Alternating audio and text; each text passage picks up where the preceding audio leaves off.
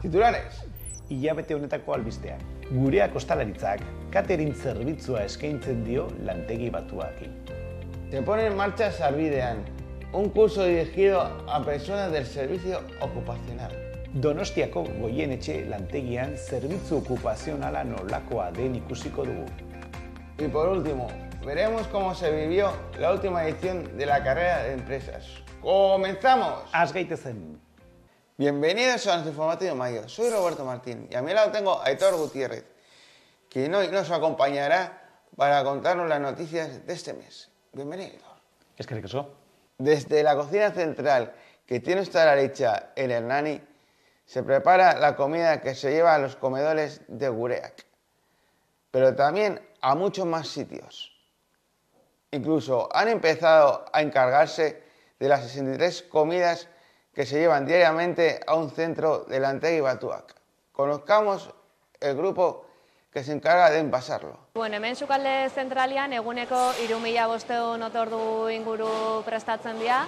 Eta, bueno, sukalde zentralian, azteko administratiboak daude lanian, menuak eta preparatzen dituztenak, eta, gero materia erosten dutenak eta denetikan. Hemen sukaldean daude pertsona batzu, eguneroko otorduak prestatzen dituztenak, catering zerbitzu bat dago, garbiketako pertsonak ere badaude eta transportistak ere. Lantegi Batuak da Bizkaiko Zentro Espezial de Empleo bat, eta beste gauzen artean errefuxiatuen urgentzizko zentru bat kudeatzen dute, Boluetako zentrua, eta guri eskatu ziguten behaien eguneroko otorduak prestatzea. 63 pertsonentzako lekua daukate, orduan guk behaien eguneroko bazkari eta afariak eta postriak preparatzen ditugu. Sukaldatzen duguten janaria enbasatzen dugu. Orduan jartzen dugu kaxaka eguneka eta astean behin bialtzen dute zentroa bertara, Boluetako zentroa. Asteazken goizetan ateratzen da transportista eta asteko produkzio guztia eramaten du.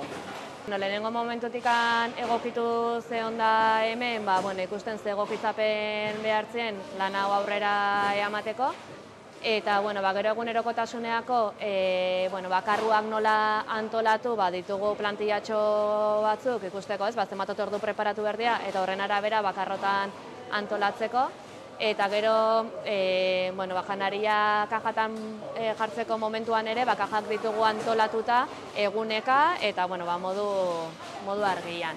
Eta gero menua ere, badaukagu asteko menua, irakurte erraza jartzen da, koloreka, eta hola, denak ulertu ahal izateko zer denen basatu behar duguna. Momentu honetan 6 okupazional daude hemen, baina aurre ikusten da pixkanaka pertsona gehiago sartzen jutia, eta gero Lantegi Batuko beste zentrua irikitzen den momentuan ere, lankarga handituko zegunez, pixkanaka zerbitzu okupazionaleko pertsona gehiago sartzen jutia.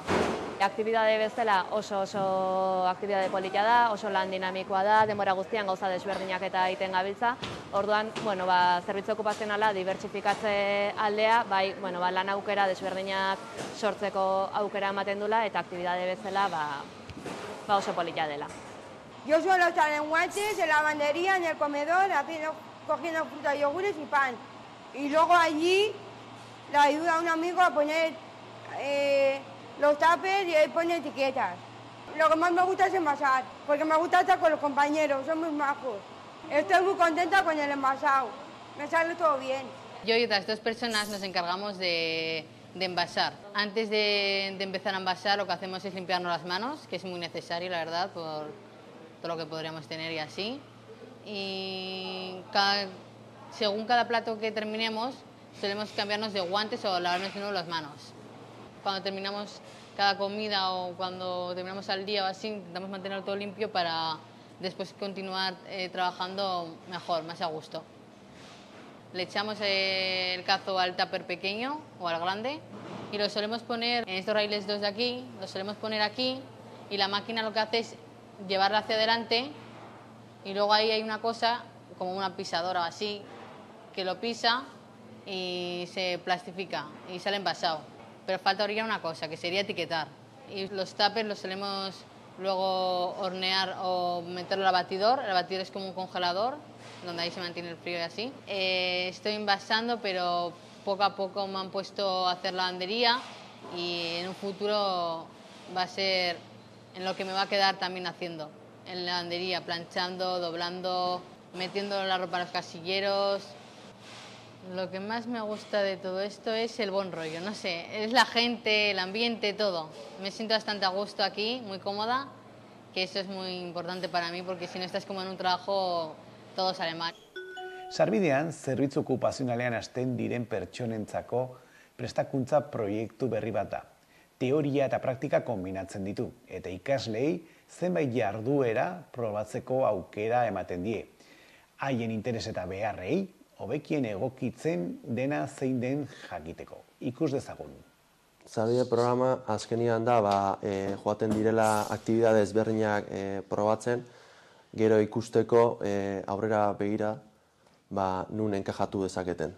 Otsaila hasieran hasi zen eta uztaila amaieran amaitzen da. Programan azkenian gehien bat pauso berriaken egon diran pertsonak parte hartzen dute, baina normalean edozein pertsona hartu dezakete parte. Batiz bat egiten duguna da, astelehenetik ostegunera aktibitateak egiten ditugu, industrialdean aktibidade ezberdinak egiten ditugu, gero marketingean ebai probatzen juten geha hango aktibidade ezberdinak, habituallamiento, eskularruak egitea, eta gero hori egiten dugu Kafe Akademi, eta Kafe Akademin gehien bat egiten duguna da kafea nola prestatu, pintxuak, kanbioak, eta gero jardineritza eta garbitasuna hile hontan basatuko ditugu, eta orduan pixkat azalduko dugu zer egiten duten. Eta ostiraletan egiten duguna azkenian da, hemen aulan dinamika ezberdinak, adibidez bideo bitartez, joko bitartez. Azkenian honek balio digu gaitasun sozio-laboralak eta lantzeko. Pues lo conocí porque los formadores de Pozo Berriak, Jon Fernández y Patricia, nos comunicaron que iba a haber un nuevo proyecto en Gurea llamado Sarbidean. 10 ikasle gaude eta koordinatzaile bat. Aktibidade asko egiten ditugu. Tailerra, marketing, cafetería. Lo que más me gusta es Café Academy, que es lo que estoy haciendo ahora, porque me relaja bastante, me gusta cómo es la actividad y así. Pues cuando acabe la formación tengo pensado hacer prácticas. Bueno, pues yo la verdad tengo pensado hacer comercio, pero todavía no es nada seguro, depende de cómo vaya viendo estos cursillos y así, y bueno, pues ya se verá. Jende asko gonbidatuko nioke Sarbidean parte hartzea. Pues yo la verdad es que sí animaría a más gente, porque es un sitio donde estás muy, muy a gusto y yo la verdad, o sea, por mi parte, que me hayan abierto esta oportunidad ha sido, vamos,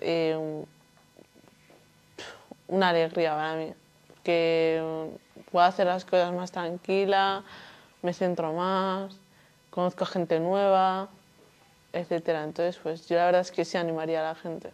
En nuestra sección sobre el servicio ocupacional vamos a conocer el taller de Goyeneche, en San Sebastián. Se trata de la planta industrial con más personas de Gureak. Conozcamos qué es lo que hacen.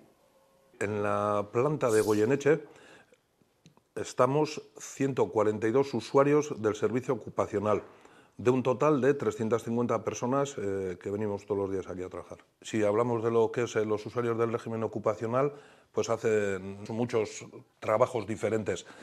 Lo que hacemos es a cada usuario lo integramos dentro de un proyecto y dentro de ese proyecto pues tenemos diferentes tareas de todo tipo de manipulados en los que hacemos es adaptar los puestos, adaptar las tareas para que puedan tener opción a tener parte en el proyecto. Son proyectos industriales complejos, como pueden ser partes del automóvil, partes de ascensores, todas las plantas de aquí en Goyeneche, pero como en todas las plantas que tiene Gureak, donde trabajan personal, usuarios del servicio ocupacional, una parte importante de nuestro trabajo es adaptar los puestos para que según los intereses y las habilidades que puedan tener nuestros usuarios, pues puedan tener un puesto donde poder desarrollar esas habilidades. Gureak va a hacer pronto 50 años y lleva desde el inicio adaptando puestos y dando apoyos a los usuarios para que pueda acceder la mayoría de las personas que tenemos aquí. Lo que contamos es con un equipo de profesionales que están siempre alrededor del usuario, fomentando las habilidades y dando apoyos para que hagan sus tareas. Gure taileran lan desberdinak egiten ditugu. Gure funtzioa da, igogailuen proiektuan enbridaje, analizaje, kontrola, instalazio osoak ondo egotea, pegatina jartzea, lan pilo bat daude egiteko gure proiektuan. Ditugu alde batetik premontajeak, premontaje horiek daukatela beraien lan desberdinak, eta orduan egiten dugu premontaje horiek egin behar dienak, eta handikan instalazio montatu. Eta gero instalazio montatzen dienen, ja paneletan montatzen da igogailua egiteko, gero handikan enbidajea kableak txukunak geratzeko, eta gero handikan analizatu egiten da kablea. Niri gehien gustatzen zaidana da enbidajea eta kableak politak egoteak, dena txukun egotea, pegatinak bai egitea da gehien gustatzen zaidana. Hemen eukitugunen bisitak esan diet, igual ascensore hau nik egin dut, edo igual ascensore hau badukoa nik egin izan dut. Gure etxeko adibidez nik ez dut egin, baina igual familien gana juten naiz eta nik ascensore hau egin dut, eta si no se va a romper, o holako zerbait. Nik egi esan eskertza gata, batzukin gehiago emango naiz bestekin baina ni hemen lankideekin gustora eta beti jendea respetuz tratatzea dela importantean, lan batean, enpresa batean ondo funtzionatzeko. Baina azken bidean nik hemen etortzen naiz, nire lan egiten dut, nire deskantzua egiten dut, nahi dudanakin hitz egiten dut, eta nire ritmo hori segunero segitzen dut. Ni 3 urte daramat hemen, gureak eta bi han. Analizadoriarekin revisatu eta ondo da montatuta pieza. Ni eukin duen aldaketatxo bat, beti gustatuko zitzaidan Olgaren lan bat egitea, eta horregatik lortu nuen aldaketa hori, eta gustora. Jartzen diogu plaka elektroniko txiki bat, eta brazo robotikoa daukagu, eta brazo robotiko horrekin estainoan bidez soldatu egiten du. Gero, daukagu kamera bizio bat, rebisatzen dula prozesua ondo soldatuta dagoen, eta batzutan falloa egiten badu, apartatzen du, bestera guten da bere bidea, jarraitzen du eta hurrengo pertsonak hasten naia montatzen. Bakoitza egiten du gauza bat. Nire gustatzen zaidana da mugitzea. Ez egotea bakarrik iserita. Da Porscheko erretrobisoaren argiaren pieza bat. Erretrobisorearen intermitentearen argia. Hemen ez dira ikusten, zeren bidaltzen ditugu Alemaniara. Ni pentsatzen dut, ondo ikusten da argia. Zeren hori importantea. Mi trabajo es bastante un poco complicado, pero está muy bien para aprender cosas nuevas. Me gusta pues ayudar mucho a la gente que es nueva, que igual no han probado esa línea del enchufe de Schneider, porque a ver, es muy importante el ritmo del trabajo, pues la limpieza y todo, o sea, es organizarse y que todos los compañeros pues se trabajen en equipo y así. En mi puesto de trabajo pues tengo una caja roja, pues ahí básicamente echo los fallos y luego se vuelve a poner para meterlos a la máquina y que selle. No sabía que igual se compraba plan mundial en otros países o así, pero está muy bien. Aurten, Gureakeko 51 pertsona hartu dute parte enpresen azterketan. Horietako 11 desgaitasunen bat dutenak, eta 2 gurpildun aulkian. Desgaitasuna duen eta helmugara lehenengo zeharkatu zuen korrikalaria Zarauzko lantegiko langile bat izan zen. Ikus ezagun ze kontatzen diguten parte hartzaile batzuek. Lehenengo iritsi nintzen, desgaitasuna duen pertsona helmugara. Oso pozik sentitu nintzen hori jakitea. Ibilbidea polita iruditu zitzaidan. Hasierako tramotan gogora egin zen, baina bestela oso polita da. Karrera amaitu eta gero eman ziguten medaia bat, gero jateko agua, jateko gauzak, portza batean, polita gara, gorik gara. Donostira iristea helmuga polita gara. Bueno, egia esan gehien nahi biltzen dena, Joseba da, orduan beha prestatua zegoen, Josure bai, haitzen dela, eta unaitan nire haitu beha gure aldetik algen unein ez. Prestatu behar ginen, bestela ezin genuke bukatu. Abisatu ziguten, behin iritsita, lehenengo taldia ginela, karrera osoan, desgaitasun pertsona batekin. Eta hoi abisatu ziguten, eta pixkat harrapatu ziguten aldagelan, erdi aldatuak, eta sorpresa izan dut zen. Ospatu gendun, gure erara ospatu gendun. Lagunen artean hemen bulegoan hitz egin hasi genuen, parte hartzen dugu, ez dugu parte hartzen, eta azkenian Edurnek taldea puntatu zuen, izenak eman zituen, eta azkenian Sara ere parte hartu du gurekin, eta gero beste neska bat enara hitzen dena. Kriston ardura sentitu dugu, porque Sararekin zea lasterketa batean parte hartzea, hori, super emozionantea izan zen. Bera abiadura zea mantentzen zuen, eta guztiak berari jarraitu behar izan genion, gainea pitaka zizan bere txirrinarekin, eta jendea lekoa egiten zion, eta gainontzekoak bere atzetik mantendu behar ginen, baina plazer handia izan da berarekin parte hartzea, eta hurrengo urtean hori ongo beha. El año pasado salió una trabajadora en moto y en un descanso empezamos con la idea de que yo también podría participar y al final nos animamos. Yo al ir en moto necesitaba llevar algo identificativo. Entonces me pusieron un banderín para que las demás personas me podían ver. Yo estuve 15 años en la selección española y he estado en 4 Paralimpiadas en natación y tengo 10 medallas olímpicas.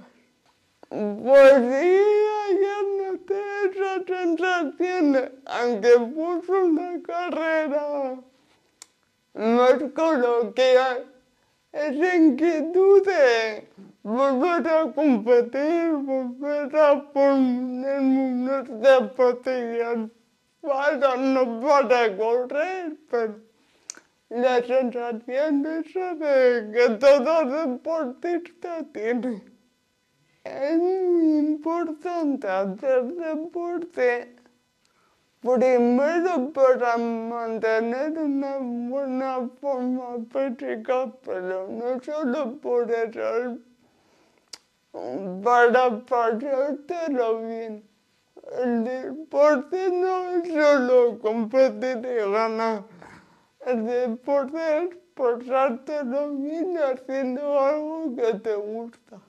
A pesar de tener una discapacidad, puedes hacer cosas como el resto de las personas que no tienen discapacidad. Hauek izan dira hilabete honetan gure enpresan izan ditugun albisteak. Gehiago jakiteko gure webgunean sartu www.audiovisuales.gurea.com. Datorren hilabetera arte. Agur, Robert! Agur a todos!